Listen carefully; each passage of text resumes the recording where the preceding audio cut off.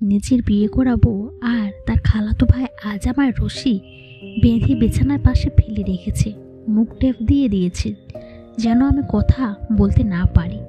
আমি নীরব দর্শকদের মতো ফ্যাল ফ্যাল চোখে তাদের দিকে চেয়ে আছি। আমি কাকে দেখছি নিজের মনকে মানাতে পারছি না। তাহলে চোখ কীভাবে বিশ্বাস করবে এত বছর ধরে? তাহলে কি সে আমার সাথে এভাবে ধোঁকা দিয়ে গেল? আমি একটু টের পেলাম না।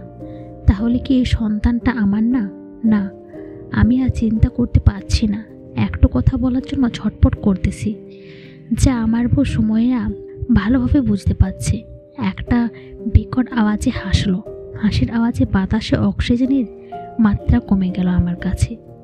কেমন যেন বিষ জড়ানো একটা হাসি। এত সুন্দর করে কিভাবে 2টা বছর আমার জীবনে কাটালো সে? আমি কি একটু বুঝতে পারলাম না? ওর খালাতো ভাই রাফি আমার ডান কাঁধে পা তুলে জুড়ে একটা লাথি দিল। ব্যথায় ছটপট করতে লাগলো আমার ডান পাঁজর। এভাবে মারছে দেখে সময়য়া একটু থেকে থামিয়ে দিল, বলল, আর মেরো না ওকে, ও তো এই আঘাত পেয়ে শেষ মরণে মরে যাবে। এই বলে বিকটভাবে রাফিকে সাথে নিয়ে গণিন বিদার হাসি দিল। সময়য়া আমার মুখটা খুলে দিতে গেল, রাফি আটকে দিল। কি করছো? যদি আওয়াজ করি তখন দুজনে ধরা পড়ে যাব। এর চেয়ে যত তাড়াতাড়ি সম্ভব এখান থেকে পালাতে হবে। যত টাকা পয়সা আছে সব নিয়ে নাও, নতুন বিজনেস শুরু করব। গতকাল 20 লাখ টাকা ঘরে এনে মাত্র রেখেছি, সব নিয়ে নিল। শেষ মুহূর্তে মুখের ট্যাপটা একটুর জন্য খুলেছে।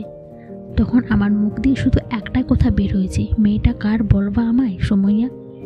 এত বছরের আদর স্নেহ ভালোবাসা সবকে ব্যর্থ গেল আমার। কেন করলে আমার সাথে? কি দোষ ছিল আমার এখানে? এভাবে কেন খেললে আমার জীবনের সাথে? কথাগুলো বলে লম্বা একটা শ্বাস নিলাম।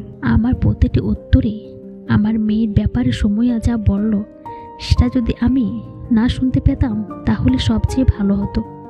গল্পটা কেমন হয়েছে অবশ্যই কমেন্ট করে জানাবেন।